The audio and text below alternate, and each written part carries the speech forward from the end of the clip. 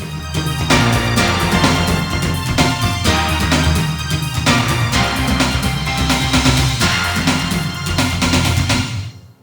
اللہ الرحمن الرحیم، السلام علیکم ورحمۃ اللہ وبرکاتہ۔ میرے ساتھ آج موجود ہیں مفتی محمد نعیم مدنی صاحب۔ آپ کو ہم اپنے پروگرام میں خوش آمدید کہتے ہیں، اور آج کا جو ہمارا سوال ہے آپ سے وہ فلسطین کے حوالے سے۔ فلسطین کی تاریخ کیا ہے؟ تاریخ بیان کریں۔ سب سے پہلے تو میں آپ کو سلام پیش کرتا ہوں، السلام علیکم ورحمۃ اللہ وبرکاتہ۔ بسم اللہ الرحمن الرحیم۔ فلسطین انبیاء کرام علیہ السلام کی سرزمین ہے، اور تینوں ہی الہامی مذاہب میں اس کی بڑی اہمیت ہے، بالخصوص اسلام میں اس کی بڑی اہمیت ہے۔ قبلہ اول ہمارا فلسطین ہی میں ہے، بیت المقدس۔ اس کے علاوہ نبی کریم علیہ السلام کو جو معراج عطا ہوئی، معراج کا سفر نبی کریم علیہ السلام نے مکہ المکرمہ سے شروع فرمایا، اور اس کا پہلا پڑاؤ وہ فلسطین میں ہے۔ بیت المقدس میں نبی کریم علیہ السلام نے انبیاء کرام علیہ السلام کی کم و بیش 1,24,000 انبیاء کرام کی امامت فرمائی۔ اگر اللہ تعالیٰ چاہتا تو مکہ المکرمہ ہی سے آپ کو براہ راست آسمانوں سے اوپر بلا لیتا اور معراج کرا دیتا، لیکن یقیناً بیت المقدس کی اہمیت ہے اور اس کی شان ہے جس کا اظہار مقصود ہوگا، جس وجہ سے نبی پاک علیہ السلام پہلے بیت المقدس تشریف لے گئے، وہاں انبیاء کرام علیہ السلام سے ملاقات فرمائی، ان کی امامت فرمائی، اور پھر اس کے بعد آپ آسمانوں پہ تشریف لے گئے۔ اس کے علاوہ بھی بے شمار وجوہات ہیں جن کی بنیاد پر بیت المقدس اور وہاں جو علاقے پائے جاتے ہیں ان کی اہمیت ہے، اپنی جگہ بہت اہم ہیں وہ۔ اور اگر آپ عیسائیوں کی بات کریں، مسیحیوں کی بات کریں، تو حضرت عیسیٰ علیہ نبینا علیہ السلام کی پیدائش بیت اللحم میں ہوئی۔ یہ فلسطین ہی کا حصہ ہے، وہاں کا ایک بڑا مشہور اور بہت ہی خوبصورت شہر ہے۔ اسی طرح حضرت عیسیٰ علیہ السلام سے منسوب بہت ساری چیزیں وہاں پائی جاتی ہیں۔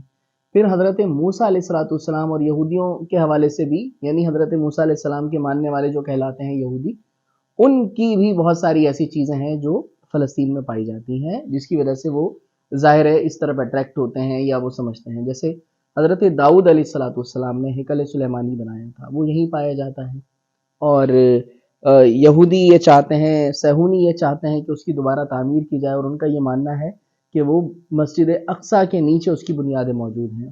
یہی وجہ ہے کہ کچھ عرصے پہلے بھی غالباً 1969 میں یا اس کے قریب 1976 میں نہیں، اسے آگ لگانے کی کوشش کی گئی تھی۔ وہ 76 والی بات تو ایک الگ ہے، وہ تو جنگیں ہوتی رہی نا وہاں پہ۔ 1947 میں ریزولوشن ہوا، پھر 1948 کے اندر پہلی جنگ ہوئی عرب اسرائیل کی، اور اس کے اندر انہوں نے 78% حصے پہ قبضہ کر لیا تھا۔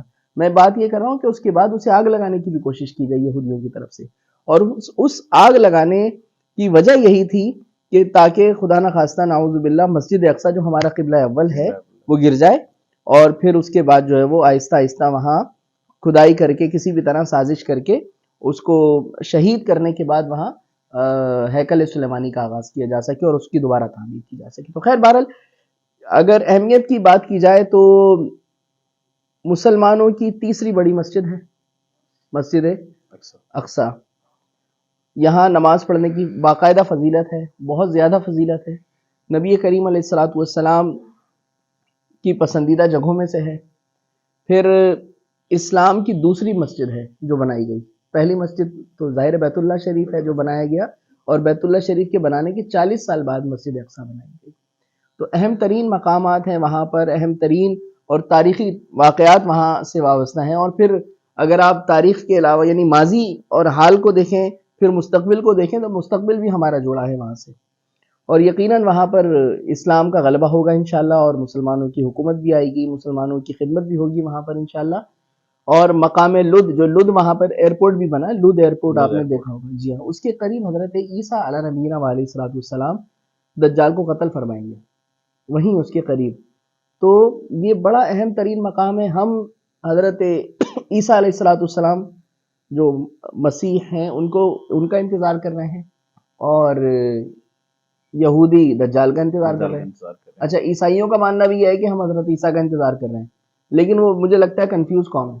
اس کی وجہ یہ ہے کہ جنہوں نے حضرت عیسیٰ علیہ السلام کو نعوذ باللہ قتل کرنے کی سازش کی، یقیناً ہمارا ایمان ہے کہ حضرت عیسیٰ علیہ السلام کو اللہ نے اٹھا لیا، اور وہ قرب قیامت میں دوبارہ تشریف لائیں گے اور وہی دجال کو قتل کریں گے، ٹھیک ہے نا. لیکن حیرانگی کی بات یہ ہے کہ جس قوم نے، جن لوگوں نے حضرت عیسیٰ علیہ السلام کو قتل کرنے کی سازش کی جس میں وہ ناکام ہوئے، آج حضرت عیسیٰ کے ماننے والے ہونے کا دعویٰ کرنے والے لوگ انہی یہودیوں کے پیچھے کھڑے ہیں. یہ حیرانگی کی بات ہے. اور یہودیوں کی ہر سازش کے اندر ان کے شانہ بشانہ ہے. یعنی غلامی کی انتہا دیکھیں آپ. میں حیران ہوں کہ یہ کیسی قوم ہے کہ جن کے نبی علیہ السلام پر اتنے ظلم ڈھائے گئے.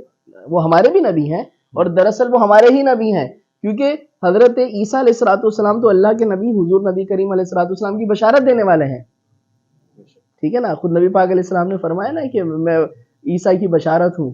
مفتی صاحب معذرت میں آپ سے ایک سوال کر رہا ہوں کہ جی. یہ لمبا کافی ہو گیا، اور سوال یہ ہے کہ فلسطین میں اصل جو یہودی جو جنگ ہو رہی ہے اس وقت، ابھی جو حالات چل رہے ہیں، جی جی شہید ہو رہے ہیں بہت سارے جو ہے وہ مسلمان بھائی ہمارے وہاں پہ، تو اصل وجہ کیا ہے؟ جنگ کی اصل وجہ کیا ہے؟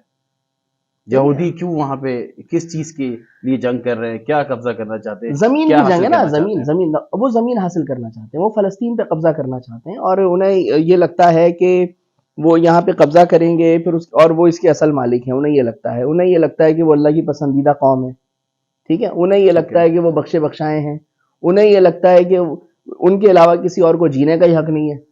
آپ دیکھ رہے ہیں کس طرح بے دردی کے ساتھ، ظلم بربریت کے ساتھ وہ مسلمانوں کو شہید کر رہے ہیں. غزہ میں خاص طور پہ اس وقت کتنی ہزارہا مسلمان بچے، عورتیں، خواتین، بوڑھے، بزرگ، جوان سب شہید ہوتے جا رہے ہیں، لیکن ان میں کوئی رحم نام کی چیز نہیں ہے. تو ان کو یہ غلط فہمیاں بہت ساری لگی ہوئی ہیں. اور پھر انہوں نے دجال کا بھی انتظار کرنا ہے، اس کی پلاننگ بھی ظاہر ہے انہوں نے مل کے کرنی ہے.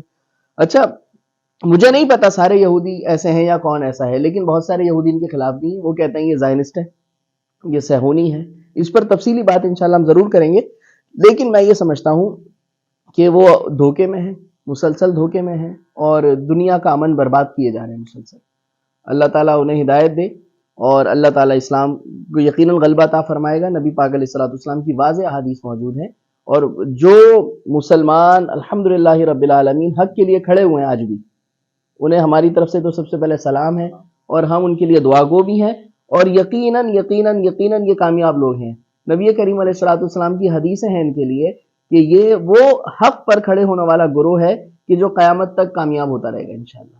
تو بظاہر اگرچہ دشمن کامیاب ہو رہا ہے، ان کو قتل کرنے والا، لیکن حقیقت میں یہ کامیاب ہو رہے ہیں، اور ان کے نقصان کا تو ابھی آپ کو اندازہ بھی نہیں ہے. یہ نقصانات تو ان کے بعد میں سامنے آنے لگیں گے، یعنی اسی دنیا میں آپ دیکھیں گے کہ ان کے کیا کیا نقصانات ہوئے اس کے نتیجے میں. مفتی صاحب ایک سوال میرا اور ہے آپ سے، وہ کہ عیسائیوں کی ایسی کیا وہاں پہ عبادت گاہ ہے، کیا ایسی چیز ہے کہ وہ بھی اس جگہ کی بہت زیادہ جو ہے وہ، میں نے آپ کو عرض کیا نا کہ حضرت عیسیٰ علیہ السلام کی جائے پیدائش ہے وہاں پہ، ٹھیک ہے، بیت الحم، ٹھیک ہے. اس کے علاوہ وہاں پہ چرچ ہیں، بہت بڑے بڑے، بہت پرانے چرچ ہیں جن کی نسبت حضرت عیسیٰ علیہ السلام کی قوم سے کی جاتی ہے، اور وہ بھی ظاہر ہے بہت زیادہ اس کو رسپیکٹ کرتے ہیں. لیکن یہ سمجھنا چاہیے عیسائیوں کو کہ حضرت عیسیٰ علیہ السلام کے اصل دشمن یہودی ہیں. عیسائیوں کے اصل دشمن یہودی ہیں، ٹھیک ہے نا. اور یہ سمجھنا چاہیے کہ مسلمان تو وہ قوم ہے کہ جو الحمدللہ حضرت عیسیٰ علیہ السلام، حضرت موسیٰ علیہ السلام اور تمام انبیاء کرام علیہ السلام جنہیں اللہ نے بھیجا، ان سب کو ماننے والی قوم ہے. تو اگر دیکھا جائے تو عیسائیوں کو اور پھر یہودیوں کو بھی اسلام کے دامن میں آنا چاہیے، کیونکہ یہی وہ دین تھا جس کی دعوت حضرت ابراہیم علیہ السلام نے دی. یہی وہ دین ہے جس کی دعوت تمام انبیاء کرام علیہ السلام نے دی، اور ماشاءاللہ نبی پاک علیہ السلام نے بھی اسی کی دعوت دی، اور نبی پاک علیہ السلام پر نبوت کا اختتام ہوا. آپ آخری نبی ہیں اللہ کے، ٹھیک ہے نا. تو یہ ان کو سمجھنا چاہیے کہ ان کی جو اہم ترین مقامات ہیں ان کا تو تحفظ بھی اسلام نے کیا. اسلام وہ واحد مذہب ہے جس نے جنگ کے نتیجے میں بھی کسی کے گرجا گھر یا مندر کو توڑنے سے منع کیا ہے، ٹھیک ہے نا. تو ان کو تحفظ حضرت عمر فاروق اعظم رضی اللہ تعالیٰ عنہ نے تو باقاعدہ معاہدہ کیا تھا. جب 16 ہجری میں انہوں نے فتح فرمائی، بیت المقدس کو آزاد کیا، یہ 636 عیسوی کی بات ہے، تو تب سے لے کر 1917 تک جو ہے یہ مسلمانوں کی وہاں پر جو ہے وہ سلطنت رہی، مسلمانوں کی خدمت رہی الحمدللہ رب العالمین. بیچ میں 88 سال 88 ایئرز کا عرصہ گزرا جس میں صلیبیوں نے جو ہے وہ شرارتیں کر کے، جنگ کر کے 70,000 کے قریب مسلمانوں کو قتل کر کے قبضہ کیا تھا. کس پہ؟ بیت المقدس پہ، جسے الحمدللہ ایوبی تکویر نے آزاد کروایا. صلاح الدین ایوبی رحمۃ اللہ تعالی علیہ نے واپس آزاد کروایا تھا. تو سب سے زیادہ عرصہ اگر دیکھا جائے تو وہ مسلمانوں کی خدمت کا ہے وہاں پر. ٹھیک ہے نا. اور جتنی رواداری کے ساتھ، جتنی محبت کے ساتھ، جتنی غیر جانبداری کے ساتھ مسلمانوں نے وہاں پر وقت گزارا ہے، اس کی کوئی تاریخ میں مثال نہیں ملتی. آپ دیکھیں جب سے انہوں نے ناجائز قبضہ کیا ہے سن 1947 کے ریزولوشن کے بعد 1948 سے لے کر آج تک، آپ بتائیے کہ پوری تاریخ انسانیت کے اندر ایسی کوئی مثال نہیں ملتی جتنا انہوں نے جو ہے وہ قتل کیا ہے. میرے خیال ہے ہٹلر نے بھی شاید اتنے نہ مارے ہوں جتنے انہوں نے مار دیے. مجھے نہیں پتا اس نے کتنے مارے تھے. اس نے بھی غلط کیا تھا، یہ بھی غلط کر رہے ہیں. میرا تیسرا سوال آپ سے یہ ہے کہ یہودیوں کی کیا ایسی کوئی عبادت گاہ ہے وہاں پہ فلسطین میں میں؟ آپ کو علیجہ عرض کیا نا، ہیکل سلیمانی ہے جو حضرت داؤد علیہ السلام تھوڑی نے اس کی بنایا. تاریخ بیان کرتے ہیں لوگوں کو پتہ چل جائے. عبادت گاہ بنائی تھی انہوں نے اللہ کے حکم سے، ہیکل سلیمانی. اور پھر ان کی دیوار گریا ہے جہاں یہ روتے ہیں کہ بھائی ہم دوبارہ پاور میں آئیں گے. ان کو پاور ہی چاہیے اصل میں. ٹھیک ہے نا. یہ ہے تھوڑے سے، لیکن ان کو زوم بہت سارے ہیں. اللہ تعالیٰ ان کو ہدایت دے. ان کو کچھ نظر ہی نہیں آ رہا بیچاروں کو نا، یعنی بیچارہ بھی نہیں بولنا چاہیے ان کو. یہ ظالم لوگ ظالم لوگ یہ بالکل پاگل ہوئے ہیں. اور ہیکل سلیمانی کی تاریخ تو ہم دیکھتے ہیں کہ خود قرآن پاک کے اندر بھی جو ہے وہ حضرت داؤد علیہ السلام کا ذکر ہے، حضرت سلیمان علیہ السلام کا ذکر ہے.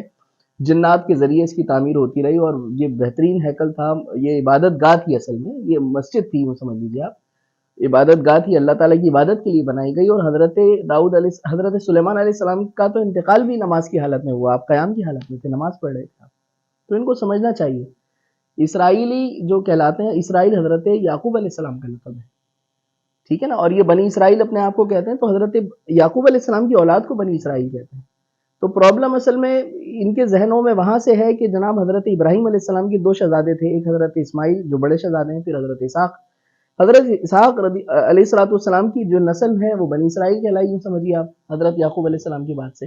اور حضرت اسماعیل علیہ السلام کی نسل میں آخری نبی تشریف لائے ہمارے پیارے آقا صلی اللہ علیہ وسلم. تو ان کو سب سے بڑی ہم سے جو نفرت ہے وہ یہ ہے کہ بھائی یہ بنی اسماعیل میں کیسے آ گئے آخری نبی. یہ تو چاہتے تھے کہ ان میں آئے، کیونکہ یہ انہوں نے یہ سمجھ لیا تھا کہ بس ہماری ہی نسل سب سے اعلیٰ اور عرفہ ہے.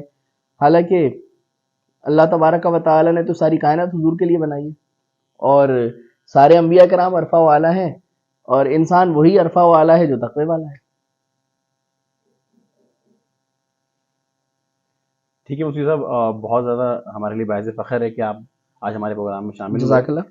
تو ان شاء اللہ تعالیٰ ہم نیکسٹ پروگرام میں آپ کے ساتھ کچھ اور چیزیں ہیں جس کے ہسٹری کے حساب سے آپ سے جو ہے اس حوالے سے بات کریں گے. ضرور انشاءاللہ. تو ہمیں اسی پروگرام سے اجازت دیں. تو نیکسٹ ایک ٹاپک کے ساتھ آپ کی خدمت میں دوبارہ حاضر ہوں گے. جزاک اللہ.